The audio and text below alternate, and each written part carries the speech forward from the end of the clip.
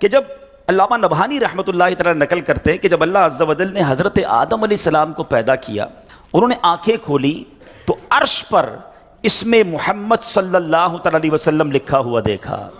حضرت آدم کے دنیا میں آنے سے پہلے ہی میرے آقا کا چرچا ہے، نبی پاک کا نام عرش پر لکھا ہوا ہے۔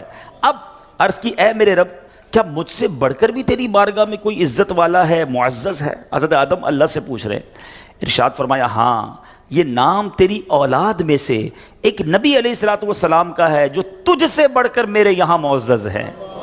حضرت آدم سے کہا جا رہا ہے کہ تجھ سے بڑھ کر میرے ہاں معزز ہیں، اگر وہ نہ ہوتے تو میں نہ آسمانوں کو پیدا کرتا، نہ زمین کو، نہ جنت کو، نہ جہنم کو۔ پھر جب اللہ عز و جل نے ان کی پسلی سے حضرت حوا رضی اللہ تعالی عنہا کو پیدا کیا تو آدم علیہ الصلوۃ والسلام نے انہیں دیکھا، ایسی مخلوق جس کے مشابہ کوئی اور مخلوق نہ تھی۔ اللہ عز و جل نے حضرت آدم علیہ الصلوۃ والسلام میں خواہش بھی پیدا کی تو انہوں نے عرض کی الہی یہ کون ہیں؟ فرمایا حوا رضی اللہ تعالیٰ عنہ۔ عرض کی مولا میرے ساتھ جوڑا بن جائے۔ ارشاد ہوا تم اس کا مہر ادا کرو۔ عرض کی مولا مہر کیا ہے؟ ارشاد فرمایا اس نام والے پر 10 مرتبہ درود بھیجنا ہے، جس کا نام عرش پہ دیکھا ہے نا، اس کے نام پر 10 بار اس نام والے پر درود بھیجو۔ تو کہا اے اللہ میں نے ایسا کر لیا تو کیا میرا جوڑا ہو جائے گا؟ میرا جوڑا بن جائے گا؟ فرمایا ہاں۔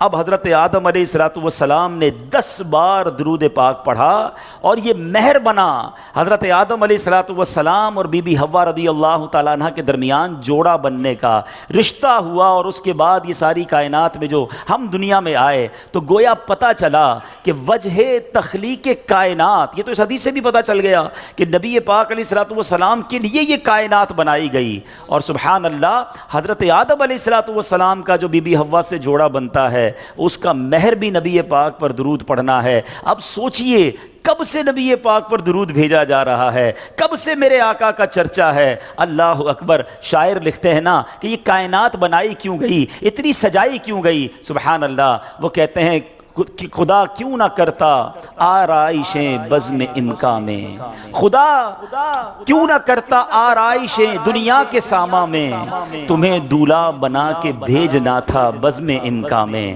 یہ ساری کائنات ہی سجائی گئی ہے نبی پاک علیہ الصلوۃ والسلام کے لیے۔ مولانا حسن ادا خان صاحب لکھتے ہیں نا، کونین بنائے گئے سرکار کی خاطر، کونین بنائے گئے سرکار کی خاطر، کونین کی خاطر تمہیں سرکار بنایا، ایسا تجھے خالق نے طرح دار بنایا، یوسف کو تیرا طالب دیدار بنایا۔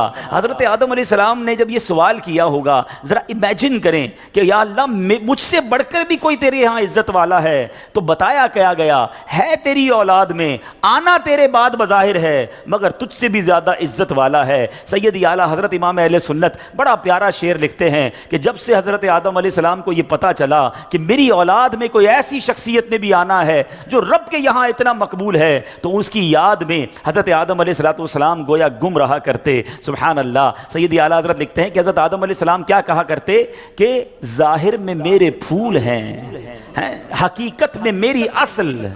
بعد میں آنے والا تنے کے تنا جو ہے اس کے بعد پھول آتا ہے نا، کہتے ہیں ظاہر میں تو میرے پھول ہیں، حقیقت میں میری اصل، اس گل کی یاد میں یہ صدا ابو البشر کی ہے۔ ابو البشر کہتے ہیں حضرت آدم علیہ السلام کو، وہ اس وقت بھی نبی پاک کو یاد کرتے تھے کہ ایک پھول نے آنا ہے، لیکن باغ سجایا اسی کے لیے گیا ہے، سب ساری کائنات سجی اسی کے لیے ہے۔ سیدی اعلیٰ حضرت لکھتے ہیں نا، کیا خوبصورت بات لکھتے ہیں، انہی کی بو مایہ سمن ہے، انہی کا جلوہ چمن چمن ہے، انہی سے گلشن مہک رہے ہیں، انہی کی رنگت گلاب میں، آقا ہی کا سب کچھ ہے، انہی کا سب یہ سجایا ہوا، ان کے صدقے سے یہ ساری کائنات بنی ہے۔ اللہ بس نبی پاک کا سچا غلام بنا لے، آقا اپنی غلامی میں قبول فرما لیں، نبی پاک کا ذکر زبان پر جاری ہو جائے۔ فضول باتوں سے بچاؤ اپنے آپ کو، نکلو ان فضول باتوں سے، اپنی زبان کو ذکر و درود سے تر رکھو، انشاءاللہ انشاءاللہ اگر یہ زبان درود پڑھتی رہی تو ضرور نبی پاک رحمت کی نگاہ فرمائیں گے. اپنے غلاموں پر وہ بڑے مہربان ہیں. اور یاد رکھو امیر اہل سنت لکھتے ہیں نا, آپ عطار کیوں پریشان ہیں, عاشقوں پر تو وہ مہربان ہیں, ان پہ رحمت وہ خاص کرتے ہیں جو مسلمان سلام کہتے ہیں. آپ سلام کہیے تو صحیح, درود پڑھیے تو صحیح, پھر دیکھو کیسے پھر مہربانی ہوتی ہے. تو اب نیت کرتے ہیں انشاءاللہ, اب تو ویسے بھی رجب کا مہینہ, پھر شعبان, پھر رمضان, مبارک مہینے آ گئے ہیں کہ اب کثرت سے درود پاک پڑھیں گے انشاءاللہ. آئیے محبت کے ساتھ بآواز بلند درود پاک پڑھ لیں. صلو علی الحبیب صلی اللہ تعالی علی محمد صلی اللہ علیہ وسلم. حضرت منصور بن عمار رحمۃ اللہ تعالی علیہ ایک روز واز فرما رہے تھے, تو کسی حقدار نے 4 درہم کا سوال کیا. کوئی غریب تھا, مسکین تھا, اس نے 4 درہم کا سوال کیا. تو آپ رحمۃ اللہ تعالی علیہ نے اعلان کیا کہ جو اس کو 4 درہم دے گا میں اس کو 4 دعائیں دوں گا. آپ نے, اللہ کے ولی تھے, آپ نے فرمایا جو اس کو 4 درہم دے گا میں اس کو 4 دعائیں دوں گا. اس وقت ایک غلام گزر رہا تھا, خود بھی غریب تھا, مگر اللہ کے ولی کی ایک ایسی شاندار آواز سنی کہ 4 دعائیں ملیں گی. تو اس نے کیا کیا, اپنے پاس اس کے 4 درہم تھے وہ اس نے غریب کو دے دیے, اس سائل کو دے دیے. تو حضرت نے کہا کہ اب بتاؤ کون سی 4 دعائیں کروانی ہیں. کہ حضرت پہلی دعا تو کر دیں کہ میں غلامی سے آزاد کر دیا جاؤں, غلام ہوں, غلامی سے میری آزادی ہو جائے. نمبر 2, مجھے ان درہم کا بدلہ بھی مل جائے, 4 درہم دے تو دیے, مجھے اس کا بدلہ بھی مل جائے. تیسری دعا حضور یہ کر دیں مجھے اور میرے آقا کو توبہ نصیب ہو جائے. چوتھی دعا یہ کر دیں کہ میری, میرے آقا کی, آپ کی اور تمام حاضرین کی بخشش ہو جائے. 4 بڑی پیاری دعائیں کروا لی اس نے جناب. اب آقا کے پاس جب وہ غلام پہنچا تو آقا کہتا اتنی دیر کیوں ہو گئی, کدھر رہ گئے تھے بھائی, کہیں کام سے بھیجا تھا اتنا لیٹ. کہتا ہے حضور ایسا ایسا ماجرا ہوا, راستے میں حضرت منصور اللہ کے ولی وہ کہہ رہے تھے جو 4 درہم دے دے میں 4 دعائیں کروں گا. میں نے تو 4 درہم دی اور 4 دعائیں کروا کے آیا ہوں. کہا اچھا بتاؤ دعائیں کون سی تھیں, پہلی دعا بتاؤ. کہا حضور میں نے پہلی دعا تو کی کہ اللہ مجھے غلامی سے آزاد کر دے. آقا کہتا ہے جا تو غلامی سے آزاد ہے. پہلی دعا فوراً قبول ہو گئی نا, پہلے آقا کو دعا سنائی, آقا کہتا ہے جا تو غلامی سے آزاد. کہا بتا دوسری دعا کون سی کروا کے آیا. کہا حضور دوسری دعا میں نے یہ کی کہ جو 4 درہم میں نے دیے ہیں مجھے اس کا بدلہ مل جائے. غریب آدمی تھا ظاہر ہے. تو آقا نے کہا کہ میں نے تجھے 4 درہم کے بدلے 4000 درہم دیے. واہ بھائی, تیسری دعا بتا کون سی کروا کے آیا. کہا حضور تیسری دعا میں نے کی کہ مجھے اور میرے آقا کو گناہوں سے توبہ کی توفیق نصیب ہو. یہ سنتے ہی آقا واقعی آقا تھا, اس کی زبان پر استغفار جاری ہو گیا, کہنے لگا یا اللہ میں اپنے پچھلے سارے گناہوں سے توبہ کرتا ہوں. کہا بتا چوتھی دعا کیا کروائی تھی. کہا حضور چوتھی دعا یہ تھی کہ آپ کی یعنی میرے آقا کی, میری اور تمام حاضرین اجتماع کی مغفرت ہو جائے. یہ سن کر آقا نے کہا 3 باتیں تو میرے اختیار میں تھیں وہ میں نے کر لیں, چوتھی میرے ہاتھ میں نہیں ہے. مغفرت کرنا تو اللہ کا کام ہے نا. اسی رات آقا نے خواب میں کسی کہنے والے کو سنا کہ جو تمہارے اختیار میں تھا وہ تم نے کر دیا, اور میں ارحم الراحمین ہوں, میں نے تمہیں, تمہارے غلام کو, منصور بن عمار کو اور تمام حاضرین کو بخش دیا ہے. کیا بات ہے, کیا بات ہے, سبحان اللہ. ہیں یہ میرے میٹھے اسلامی بھائیوں, یہ واقعہ جو ہے یہ کتنی زبردست موٹیویشن ہے کہ ہمیں نہیں پتا ہوتا کسی غریب کی مدد کر کے, کسی محتاج کی مدد کر کے, کسی پریشان حال بندے کی مدد کر کے ہم کبھی کبھی ایسی دعا لے لیتے ہیں کہ ہمیں اندازہ بھی نہیں ہوتا, اور وہ ایسی دعا دے دیتا ہے کہ بگڑی بن جاتی ہے, مشکلیں ٹل جاتی ہیں. یہ دعائیں لینے والے بنیے, اللہ کی راہ میں خرچ کریں گے. آج واقعی میں صحیح بتا رہا ہوں, تو یہ بعض اوقات ایک کیفیت ہوتی ہے انسان کی کہ جب انسان کسی کی مدد کرتا ہے یا کوئی ایسا کام کرتا ہے جس سے کسی کے دل سے دعا نکلتی ہے. اور یہ تو اللہ کے ولی تھے نا, انہوں نے ہاتھ اٹھا کر یہ 4 دعائیں کی. تو سیکھنے کو یہ ملا کہ بعض اوقات اللہ کی راہ میں خرچ کر کے ہم وہ حاصل کر سکتے ہیں جو برسوں میں حاصل نہیں کر سکتے. وہ نعمتیں, وہ برکتیں حاصل ہو جاتی ہیں, وہ پریشانیاں دور ہو جاتی ہیں. کیونکہ روایتوں کا مضمون ہے کہ صدقہ بیماریوں کو ٹالتا ہے, صدقہ برائی کے 70 دروازے کو بند کرتا ہے, صدقہ بلا کو نیچے نہیں اترنے دیتا. ایک بڑی بات یاد رکھیے گا, ہمیں نہیں پتا ہوتا, ہم صبح اٹھتے ہیں مثال کے طور پہ اور کوئی بلا آنے والی ہوتی ہے. حدیثوں کا مضمون ہے جب انسان صدقہ دیتا ہے نا تو بلا اوپر سے اترتی ہے, صدقہ جا کے اسے روک لیتا ہے, انٹرسیپٹ کرتا ہے, اور یہ لڑائی جاری رہتی ہے. صدقہ بندے پر بلا اترنے نہیں دیتا. اب بعض اوقات کیا ہوتا ہے, کئی لوگ ہوں گے جو بیانات بھی سنتے ہیں, کتابوں میں بھی پڑھتے ہیں کہ اللہ کی راہ میں 1 خرچ کرو 10 ملتا ہے. اب وہ ہو سکتا ہے مسجد میں ڈبے میں 100 روپے ڈالیں اور شام دکان پہ انتظار کر رہے ہوں کہ ابھی تک 1000 روپے بنے نہیں ہیں.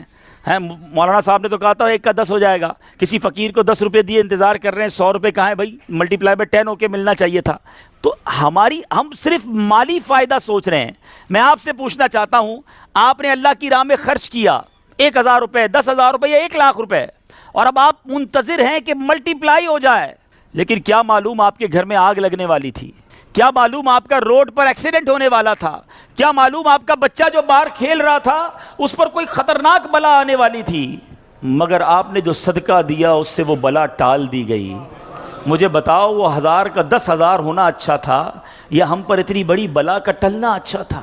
تو ہمیشہ اللہ کی راہ میں صدقہ دیجئے, آپ یقین کریں آپ خوشحال ہو جائیں گے, آپ کی مشکلیں آسان ہوں گی. مگر دوبارہ وہی بات کروں گا کہ نیت اچھی ہو. صدقہ دیتے وقت, خرچ کرتے وقت, کسی کی مدد کرتے وقت احسان نہ جتانا. یاد نہیں تجھے تیرے بچے کی شادی میں نے کرائی تھی؟ بھول تو نہیں کیا قرضہ میں نے دیا تھا؟ ہاں تو ریڈی لگاتا تھا, میں نے تجھے جناب دکان کا کرایہ دیا تھا. یہ احسان جتا کر تو صدقہ ضائع ہو جائے گا.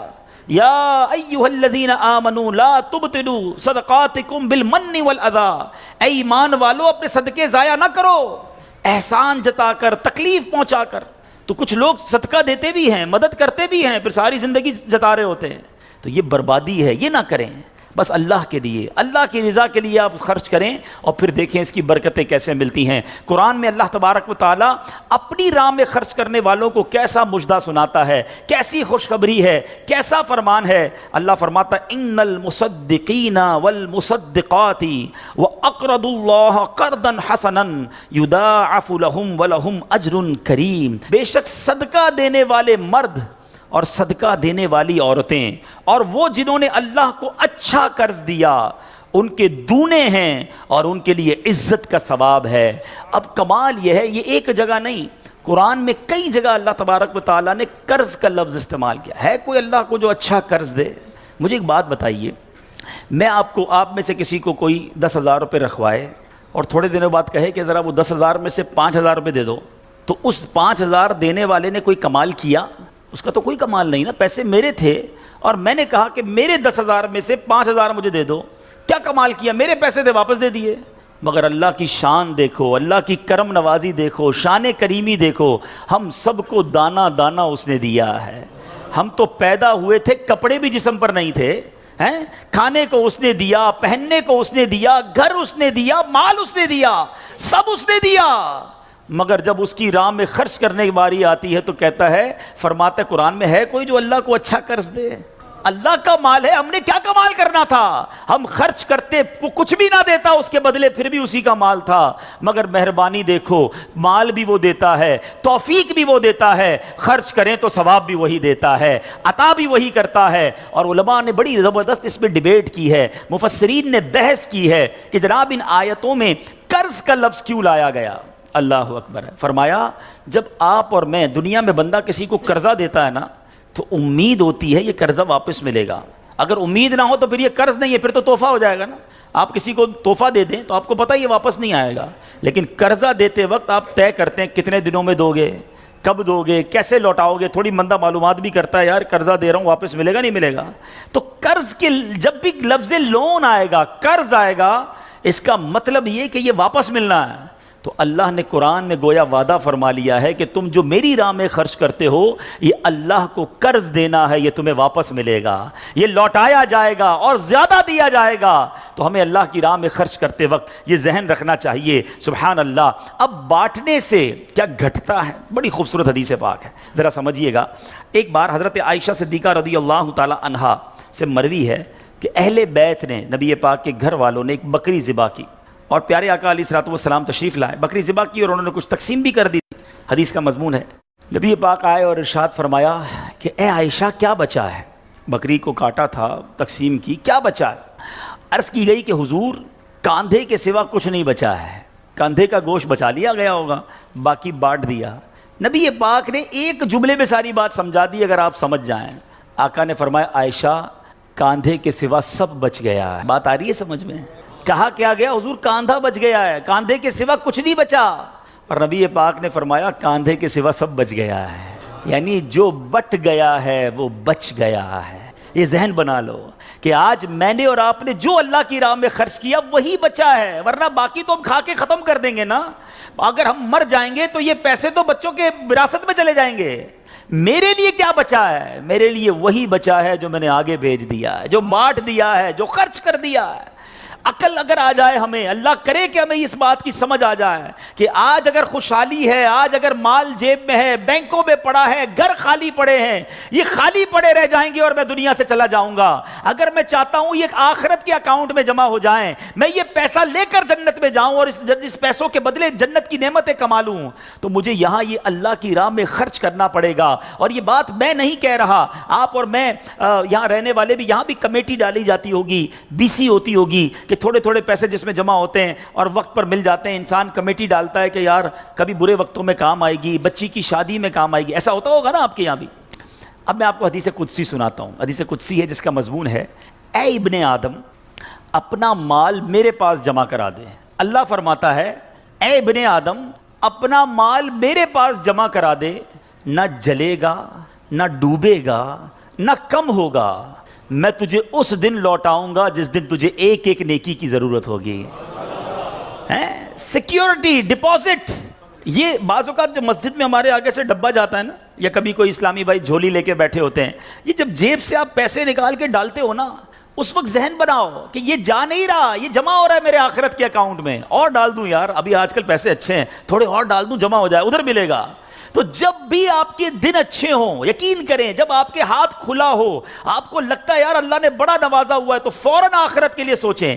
جیسے ہی زیادہ پیسے آتے بندہ سوچتا ہے نا یار آج کل اچھے پیسے ہو گئے، کوئی اچھی جگہ پر گھر لے لیتے ہیں، چلو بچوں کو لے کے کہیں سیر کرانے جاتے ہیں. آپ اپنے پیسے کو دنیا میں انجوائمنٹ کے لیے جب یوز کر رہے ہیں تو اسی پیسے کو آخرت کی انجوائمنٹ کے لیے، آخرت کی لگزریز کے لیے، آخرت کی نعمتوں کے لیے استعمال کرنے کا ذہن بنائیں اور دیتے چلے جائیں. میں یہاں ایک مشورہ بھی دینا چاہوں گا بالخصوص میرے بزرگوں کو، اللہ نے جن کو نوازا ہے، بلکہ میں کہتا ہوں تھوڑے پیسے بھی ہیں نا، یہ میرا مشورہ یاد رکھ لو. اور یہ امیر علیہ سنت نے ایک بار مدنی مذاکرے میں بھی فرمایا تھا. ہم نے الحمدللہ تحدیث نعمت کے لیے عرض کرتا ہوں، الحمدللہ میری والدہ مرحومہ نے، میرے والد صاحب نے، میں نے خود بھی، ہمارے گھر والوں نے، ہم نے اس طریقے پر عمل کیا اور اس کی برکتیں پائی ہیں. تو اچھی نیت سے میں آپ کو بتاتا ہوں کہ ہم دیکھیں دنیا میں ہیں، ٹھیک ہے، ہم نے بہت سارے ایسے جنازے پڑھے ہیں، ایسے سویم میں بھی گئے ہیں، 40ویں میں بھی گئے ہیں، اور جا کے ہم نے مرحوم کے بچوں کو کہا ہے کہ دیکھیں آپ کے ابو جان چلے گئے دنیا سے، کروڑوں روپے چھوڑ کر گئے ہیں، آپ کے ابو نے کتنا کیا آپ کے لیے،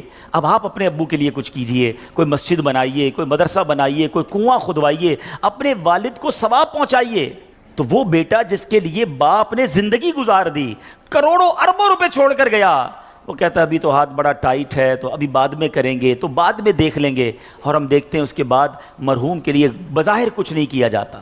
تو آج مجھے اور آپ کو اپنی فکر خود کرنی ہے. اگر آپ نے پیسے کمائے ہیں نا، آپ نے مکان بنائے ہیں، آپ نے جائیدادیں بنائی ہیں، تو اپنی فکر خود کیجئے. اس کے دو طریقے ہیں. ایک طریقہ اپنی زندگی میں ہی انہوں نے ماشاءاللہ یہ مسجد بنا دی، مدرسہ بنا دیا، بہت اچھی بات ہے، یا تو یہ کر لیں. اور اگر یہ نہیں کر پا رہے تو دوسرا طریقہ بتاتا ہوں جو بڑا آسان ہے. وہ یہ ہے کہ انسان کو شریعت نے یہ اختیار دیا ہے کہ آپ اپنی وصیت کر جائیں، اور وصیت میں 30% آپ وصیت کر سکتے ہیں کہ آپ کے چھوڑے گئے مال میں سے 30% کسی نیکی کے کام میں خرچ کر دیا جائے، آپ کے لیے صدقہ جاریہ کے لیے خرچ کر دیا جائے. بھائیوں والا مشورہ ہے، آپ عمل کریں نہ کریں، کہ اگر زندگی میں یہ وصیت کر دیں کہ میرے مرنے کے بعد جو بھی میرا مال بچے گا اس میں سے 30% جو ہے وہ دعوت اسلامی کو یہ کہہ کر دیا جائے کہ میرے لیے صدقہ جاریہ کے لیے مسجد، مدرسہ، جامعہ، کوئی ایسا کام کر دو کہ قیامت تک مجھے ثواب ملتا رہے. مجھے بتاؤ مرنے کے بعد آپ کا مال 70% تو بچوں کے لیے بچے گا نا، 30% تو اپنے ساتھ لے جاؤ، اپنی جنت بنا لو. ورنہ ہوتا یہ ہے کہ ساری زندگی والد نے محنت کی، محنت کرتے کرتے بوڑھا ہو گیا، لاکھوں کروڑوں روپے کی جائیدادیں چھوڑ کر گیا، اور مرنے کے بعد خاندان میں کوئی ایصال ثواب، کوئی خرچ کرنے کے لیے تیار نہیں ہے. تو دو چیزیں یاد رکھیں، ایک تو زندگی ہی میں اپنے لیے ثواب جاریہ والے کام کر لیں. اللہ کی رحمت سے دعوت اسلامی ساری دنیا میں مسجدیں بنا رہی ہے، ماشاءاللہ ایسے کئی کام ہو رہے ہیں جو قیامت تک چلنے والے ہیں. آپ اپنی زندگی میں اپنے لیے وہ کام کر لیجئے، اور اگر ایسا نہ بھی کر سکیں اور کر بھی لیا ہو تو وصیت کرنے میں تو کوئی حرج نہیں ہے کہ مرنے کے بعد تو میرا مال میرے پاس رہنا ہی نہیں ہے، تو کیوں نہ وہ میرے ساتھ جنت میں مجھے کام آ جائے۔ اور آج بھی صدقہ کیسی کیسی پریشانیوں اور بیماریوں کو دور کرتا ہے، اللہ اکبر۔ ایک اور ایمان افروز واقعہ سناتا ہوں کہ ایک بار حضرت عیسیٰ علیہ نبینا علیہ الصلوۃ والسلام کے زمانے میں ایک دھوبی تھا جو لوگوں کے کپڑے آپس میں تبدیل کر دیتا تھا، یعنی لوگوں کے کپڑے ملا دیتا، لوگ بڑے پریشان تھے اس سے۔ تو لوگوں نے حضرت عیسیٰ علیہ الصلوۃ والسلام کو اس کے متعلق بتایا، تو آپ نے اللہ عز و جل کی بارگاہ میں دعا کی کہ اے اللہ اس کو ہلاک فرما دے۔ اللہ کے نبی نے ایک ایسے شخص کے لیے دعا کی کہ یا اللہ اس کو ہلاک کر دے، تیرے بندے اس سے بڑے پریشان۔ ایک روز وہ دھوبی بالکل اسی معمول میں نکلا، اس کے پاس 3 روٹیاں تھیں۔ ایک سائل آیا، ایک فقیر آیا اور اس نے کہا کہ اللہ کے لیے مجھے روٹی دے دو، تو آپ نے اس دھوبی نے ایک روٹی اس سائل کو دے دی۔ سائل نے دعا دی کہ اللہ تعالیٰ تجھ سے آفات سماویہ کا شر دور کر دے، آسمانی بلاؤں کو دور کر دے۔ دھوبی بڑا متاثر ہوا، بڑی پیاری دعا دی، ایک اور روٹی بھی دے دی۔ اس سائل نے دعا دی کہ اللہ تعالیٰ تجھے جملہ آفتوں سے محفوظ رکھے، اس نے تیسری روٹی بھی دے دی۔ اب اس سائل نے دعا دی اللہ تجھے توبہ کی توفیق عطا فرمائے۔ اب اس دوران ایک بڑا سانپ اس کی گٹھڑی میں داخل ہو چکا تھا، کیونکہ حضرت عیسیٰ نے دعا کی تھی اس کو ہلاکت کی۔ ایک بڑا سا سانپ جو ہے اس کی کپڑوں کی گٹھڑی میں داخل ہو چکا تھا۔ جب دھوبی نے کپڑے لینے کا ارادہ کیا تو اس سانپ نے اسے ڈسنا چاہا، ایک فرشتے نے اسی وقت سانپ کو لوہے کی لگام ڈال دی اور دھوبی سلامتی کے ساتھ واپس آ گیا۔ لوگوں نے حضرت عیسیٰ علیہ السلام سے کہا کہ یا روح اللہ، آپ نے دعا کی تھی، یہ بندہ تو ایسے ہی ہٹا کٹا گھوم رہا ہے، بالکل ٹھیک، کچھ مسئلہ ہی نہیں ہوا اس کے ساتھ، سلامت۔ تو آپ نے اس دھوبی کو بلایا، بتا تو نے کون سی ایسی بھلائی کی ہے، میں نے تیری ہلاکت کی دعا کی اور تو بالکل سلامت گھوم رہا ہے۔ وہ کہتا حضور میں نے 3 روٹیاں صدقہ کی ہیں، اتنے گناہ، اتنی خطائیں، سارا شہر پریشان، مگر جب صدقہ کیا 3 روٹی کا، آپ نے اس سانپ سے پوچھا کہ تو نے قتل کیوں نہیں کیا، تیری تو ڈیوٹی تھی نا۔ تو سانپ کہتا ہے اے اللہ کے نبی، اللہ نے آپ کی دعا تو قبول فرما لی، مجھے ہلاک کرنے کے لیے بھیج بھی دیا، مگر جب اس دھوبی نے ایک سائل کو صدقہ دیا تو ایک فرشتے نے مجھے لوہے کی لگام ڈال کر روک لیا۔ اب وہ دھوبی بھی سارا واقعہ سن رہا تھا کہ اتنے گناہ ہیں، سامنے ایک چھوٹا سا صدقہ کیا، میری ہلاکت رک گئی۔ اس دھوبی نے بھی توبہ کر لی، اپنے گناہوں سے تائب ہو گیا۔ کیا سیکھنے کو ملا؟ صدقہ بلاؤں کو ٹالتا ہے، صدقہ مصیبتوں کو ٹالتا ہے، صدقہ عمر میں برکت لاتا ہے۔ ایک بار حضرت داؤد علیہ نبینا علیہ الصلوۃ والسلام کے پاس ایک شخص تھا اور وہ حضرت ملک الموت آئے اور اس کو بڑا گھور کے دیکھنے لگے۔ تو تھوڑی دیر کے بعد ملک الموت تو چلے گئے، تو آپ نے اس شخص نے کہا کہ حضور یہ کون تھا جو مجھے گھور رہا تھا؟ آپ نے کہا ملک الموت تھے۔ ملک الموت سے پوچھا کہ تم کیوں گھور رہے تھے؟ کہا کہ یہ بندے کی اب 3 دن زندگی رہ گئی ہے، اب 3 دن کے بعد یہ دنیا سے چلا جائے گا۔ تھوڑے دن ہوئے تو وہ بندہ گھوم رہا ہے، پھر رہا ہے آپ کے سامنے۔ ملک الموت آیا، آپ نے کہا تم نے تو کہا تھا 3 دن میں اس کی روح قبض کرنی ہے، تو بالکل ٹھیک ہے، کوئی مسئلہ ہی نہیں۔ کہا حضور 3 دن ہی باقی تھے، میں نے روح قبض کرنے پہنچنا تھا، جس دن پہنچنا تھا اس دن یہ بندہ گھر سے باہر نکلا، ایک غریب نے صدا لگائی، ایک فقیر نے پکارا، اس نے 20 درہم اس کو دیے، اس فقیر نے اس کو دعا دی، اللہ نے وہ دعا ایسی قبول کی کہ ہر درہم کے بدلے اس کی عمر میں 1 سال کا اضافہ فرما دیا۔ 20 سال عمر بڑھ گئی ہے اس کی۔ اب ذرا سوچئے میٹھے اسلامی بھائیوں، ایسے کئی واقعات ہیں، کئی باتیں بتا دی جاتی ہیں، کئی باتیں پتہ نہیں ہوتی۔ ہو سکتا ہے ہماری بھی آخری وقت آنے والا ہو، اللہ نے کسی کی دعا سے بڑھا دیا ہو، ہمارا بھی کوئی برا وقت آنے والا ہو، کوئی اللہ نے نیکی کروا دی، ہم بچ گئے ہوں، تو کرتے رہا کرو نیکی، جچاؤ نہ، دکھاؤ نہ، بتاؤ نہ، کرتے رہا کرو۔ اللہ کریم ہے، وہ نیکوکاروں کا اجر ضائع نہیں کرتا، وہ ضرور عطا فرماتا ہے، اور کیسے عطا فرماتا ہے۔ ایسے ایسے واقعات ہیں کہ سنے تو ایمان تازہ ہو جاتا ہے۔ مثال کے طور پہ حضرت سیدنا حبیب عجمی رحمۃ اللہ تعالی علیہ کے دروازے پر ایک سائل نے دستک دی، تو آپ کی زوجہ محترمہ جو ہے وہ آٹا گوندھ کے رکھا تھا اور پڑوس سے آگ لینے گئی تھی۔ پہلے زمانے میں لکڑی وغیرہ آگ کے لیے لینی ہوتی تھی، آٹا گوندا ہوا تیار تھا، آپ نے وہی آٹا اٹھایا اور اس سائل کو دے دیا۔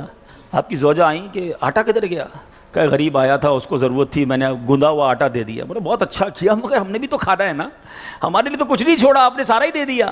اب تھوڑی دیر ہوئی تو کیا ہوتا ہے کہ دروازے پر دستک ہوتی ہے، ایک بندہ ایک بہت بڑا تھال لے کر پکی ہوئی روٹیاں بھی لاتا ہے اور سالن بھی لاتا ہے. آپ اپنی زوجہ سے کہتے ہیں دیکھ لو دیا آٹا تھا، روٹیاں بھی پکے آ گئیں، ساتھ سالن بھی آ گیا ہے.